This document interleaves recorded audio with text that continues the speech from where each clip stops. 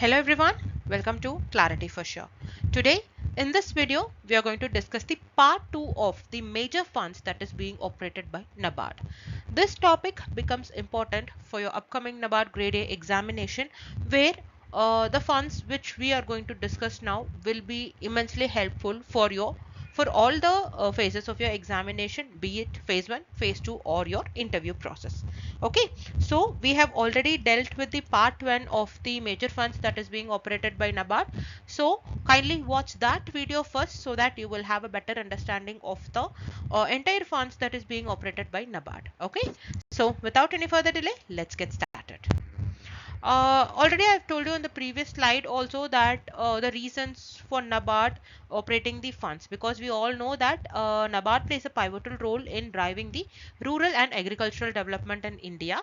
So these are operated by NABARD as a specialized fund where each fund is tailored to bridge the gap in the existing infrastructures of rural infrastructure, irrigation, microfinance, agribusiness and climate resilient practices. Okay, these funds, as I already told you, are designated to target the financial support to the priority sectors, encourage the inclusive and sustainable growth, and it also focuses to strengthen the rural economy by supporting the wide range of infrastructure, not only the physical infrastructure but also the social infrastructure areas like schools, education, schools, hospitals, etc. Additionally, with the infrastructure support for the rural development, irrigation, and for the development of infrastructure for FPOs and the value chain. Okay, so this NABARD funding mechanism, it not only provided it is not only a role to do finance, but it also helps to promote the policy based lending aligned with the national and rural development priorities. Why? Because the institutional lending becomes very important for your agriculture and rural development, because if you see that most of the agricultural and allied activities sectors, they mostly depend upon the non-institutional source of finances. So this NABARD front also aims to bridge that institutional funding. Okay, so this is the entire background related to the need of NABARD to operate these funds. Okay, so the first fund that we are going to see today is the funds that is being given to the warehouses, cold storage and cold chain infrastructure. This fund is called as the warehouse infrastructure fund. Okay, it is known as the warehouse infrastructure fund, and this has been created by the Reserve Bank of India under the under the viewership of NABARD. Okay, initially the budget allocated for this particular warehouse infrastructure fund was rupees 5,000 crore. That has been allocated in the budget period of 2013, 2014 and 2014 and 15 and 15. So initial corpus is rupees 5,000. Okay, what is the objective of this particular warehouse infrastructure fund? The objective of this particular fund is to finance the infrastructure for cold storage facilities of agricultural commodities. We all know that agricultural commodities are highly perishable in nature. So only when we are making some good infrastructure for these agricultural commodities, we could ensure the quality and we could ensure the reduction in the wastage. Okay, so the value chain, the supply chain, everything depends upon how well these agricultural commodities are stored, or the infrastructure provided for these agricultural commodities are maintained. Okay, so this is the objective of this particular warehouse infrastructure fund. Okay, what are the activities that are being covered under this warehouse infrastructure fund? See, the first and foremost is that there is a minimum infrastructure modernization capacity of 5,000 metric tons. Okay, so the loans for creation or modernization of the existing infrastructure, which is minimum, the capacity should be 5,000 metric tons. What are the areas included? Warehouses, silos, cold storage, control atmosphere and cold chain infrastructure. And it also finance for the marketing infrastructure of APMCs, and as I already told you, it it helps for the creation or modernization. It means that modernization or upgradation of the existing cold storage facilities on merit. Okay, so these are all the activities that are being covered under this warehouse infrastructure fund. So which are the following, which of the following institutions are eligible under this particular warehouse infrastructure fund? There might be a question in your phase 1 or phase 2 where they talk about the warehouse infrastructure fund, and they can ask you regarding the eligible institutions or entities, because for the past 2-3 years we are seeing how well the NABARD paper is getting evolved. Okay, so which of the following what are all the eligible institutions under these warehouse infrastructure fund?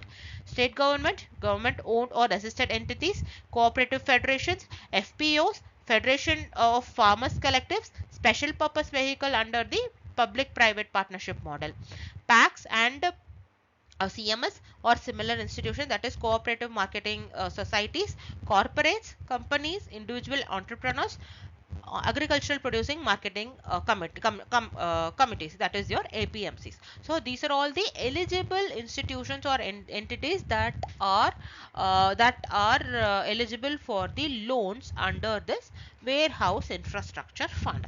I hope this warehouse infrastructure fund, the creation of the fund, the budget allocation of the fund, the activities that is being covered under this warehouse infrastructure fund, and the eligible institutions are clear to you now. Moving to the next fund, that is your food processing fund. Okay, this is a special fund that has been set up by NABARD, which has been announced in the budget 2014. The initial corpus for this is rupees 2000 crores. What is the goal? The goal is to boost the food processing industry to affordable term loans to the designated food parks units within them. Okay, so what are the objectives of this particular food processing fund? Promote a cluster based development of food processing sectors. You would have heard about the mega food parks. Okay, so it is a mini version of this designated food parks, or the mini version of those mega food parks, where this aids the infrastructure development for the food processing industry. Okay, the another objective is to reduce post harvest wastage of agricultural produce, because we all know that food processing will have a very immense effect in reducing the post harvest wastage. Okay, and it also helps to create the rural employment opportunities, because we have seen that many of the food processing industries will be in the suburban or the little rural area. Okay, so setting up of these food processing industry, the food processing fund, providing for the infrastructure development of food processing industry, will eventually lead to the creation of rural employment. It will reduce the post harvest wastage of agricultural produce, and it will also promote a cluster based development of the food processing sector. So this is the initial corpus, the goal of this particular fund, and the objectives of this particular food processing fund. Okay, and what are the scope of financing? See, they provide term loans for development of infrastructure under these designated food parks, where a entity or a company can develop a food processing unit under this by availing this loan. Okay, and development, modernization and augmentation of the existing infrastructure in this designated food parks, or setting up of a new food processing units within this designated food park. This is the term loans provided for the development or modernization. Next, it also focuses on the modernization of existing designated food parks area. Okay, where it provides fund for technology upgradation, automation, cost reduction, for product quality improvement. And who are the eligible borrowers of this particular fund? State government, government of India or state government promoted entities, joint ventures, special purpose vehicles, cooperatives and federations, FPOs, corporates and companies, and entrepreneurs. Okay, see, the eligible members or borrowers should be you should remember these borrowers list, because there are chances where these can be put as a question for you in phase 1 or phase 2, or during the interview process also. Okay, so the funds that are being operated by NABARD, you should have a very good understanding of the funds that is being operated by NABARD. Okay, so Next comes our Tribal Development Fund. So what is this Tribal Development Fund? This was launched in the year 2004 and 2005. The initial corpus of this fund was 50 crores. Okay. What is the main objective of this particular Tribal Development Fund? See, it aims to promote the sustainable livelihood among the tribal communities. It also focuses on the holistic development to orchard-based farming and allied activities. This is an important term which you have to know. That is the orchard-based farming, and it also ensures food security, income generation, and most important aspect is the social empowerment, because when a tribal society is empowered, this will lead to the social empowerment. Okay, so these are the objective and the initial corpus of the Tribal Development Fund.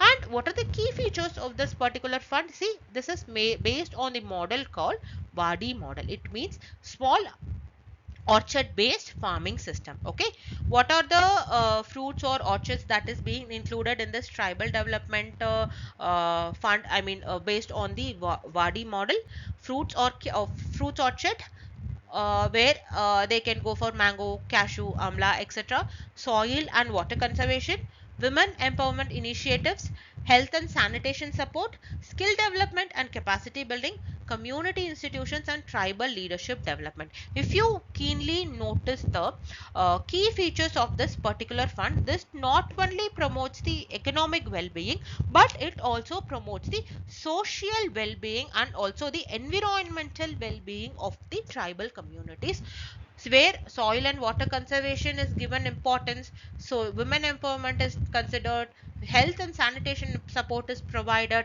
It also educational empowerment is also given by skill development and capacity building and building up of a community institutions and tribal leadership development. So it is an all round development, all round empowerment, economic empowerment, social empowerment, political empowerment, okay, and gender based empowerment also. Okay, so these are the important key features of this Tribal Development Fund, and the model is on the Wadi model. Okay, and what and who are the eligible institutions under this particular Tribal Development Fund? NGOs which will have a relevant experience, state government departments, corporates under their corporate social responsibility, cooperatives, and producer organization. Who are the targeted beneficiaries of this Tribal Development Fund? The name itself says that the tribal families, particularly the small and marginal farmers. It also focuses on the scheduled tribe in remote and the underdevelopment region. And what is the funding support? It is the 100% grant assistant, okay, by NABARD, which means that no repayment will be done by the beneficiaries. And there are some of the long term project which usually span between 5 and 7 years for a sustainable impact on that particular region. Okay, so this is the importance of the Tribal Development Fund, the eligible institutions and the targeted beneficiaries, and the funding support. I hope this Tribal Development Fund is also clear to you now. Moving to the next important fund, that is the Producers Organization Development Fund, which is known as PDOF. Okay, this fund has been established in the year of 2011 with an initial corpus of 50 crore. What is the aim of this particular fund? It provides a financial assistance to various type of producer organization, because this is very important. Why? Because farmer producers organization plays a pivotal role in linking the farmers to the suppliers or farmers to the business. Okay, so this farmer producer organization will act as a linchpin. So focusing on this linchpin, this Producer Organization Development Fund with an initial corpus of 50 crores has been established in the year 2011. What are the organizations included in this particular fund? Producer companies, producers cooperatives, mutually aided cooperative societies, that is your MACs, like PACs, it is MACs, industrial cooperative societies, and registered farmers federation. Okay, and what are the objective of this particular Producer Organization Development Fund? The main aim of this fund is to enhance the credit support. It means providing a financial assistance through various means like grants, loans, or combination of the both grants and loans to meet the credit needs for the producer organization, because as I already told you that this FPOs acts as a linchpin. Okay. Next comes your capacity building. It means enhancing the skills and capabilities of the producers through various means like training, exposure visits like farm visits, field visits, and also the technological extension services. Okay.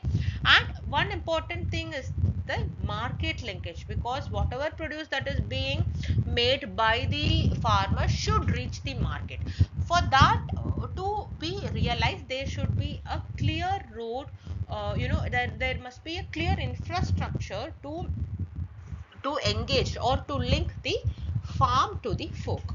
So that is what the market linkage aspect does, facilitating access to markets by setting up the marketing infrastructure like APMCs, establishing the tie-ups with buyers, and promoting partnership with the large corporates. You would have you would have come across many initiatives or NGOs that are actively doing this market linkage. That is, they are linking the farmers to the producers, farmers to the consumers through buyers, through various infrastructure facilities. Okay. So that is one of the main objective of this producer organization development fund. One is credit support, next is the capacity building, and third comes your market linkage. Okay, what are the eligible activities under this? It provides the financial support, which I already told you, like term loans, working capital loans, composite loans, and subordinate debt. Okay, capacity building, I have told you, like development of the business, skill development in both on-farm and off-farm sectors, technological extensions, training, exposure visits, and tie-ups with the agricultural universities, mostly like a kind of extension services. Okay.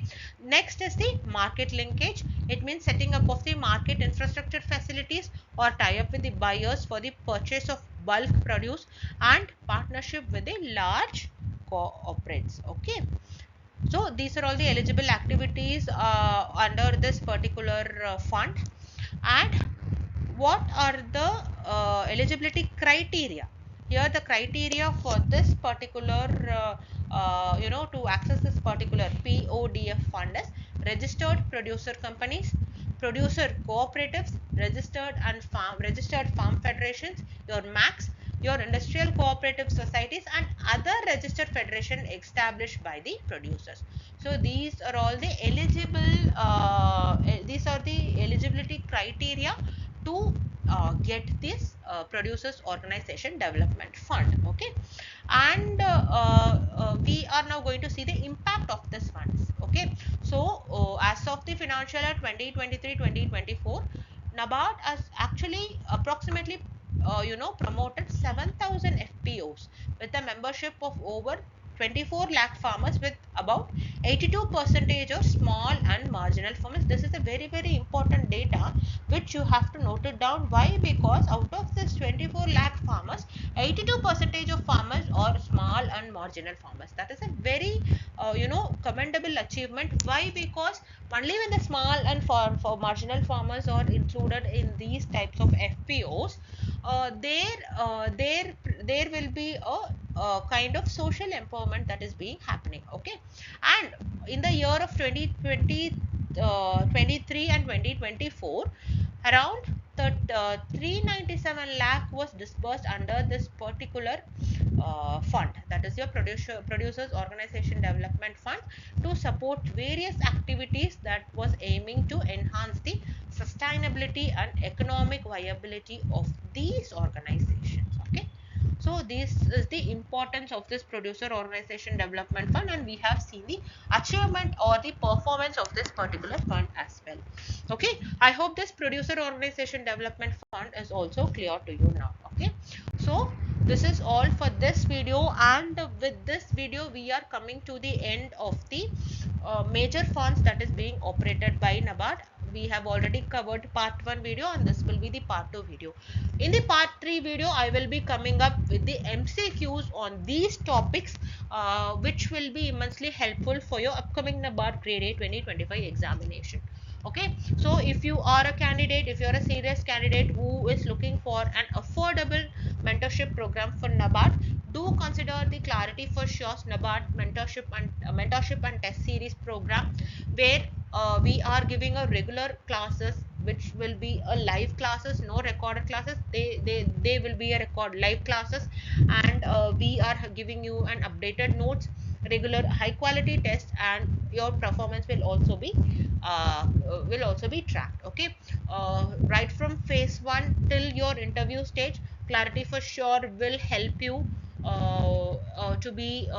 will help you in this particular NABARD mentorship program. So if you are interested, do check the link that is being given in the description of this video.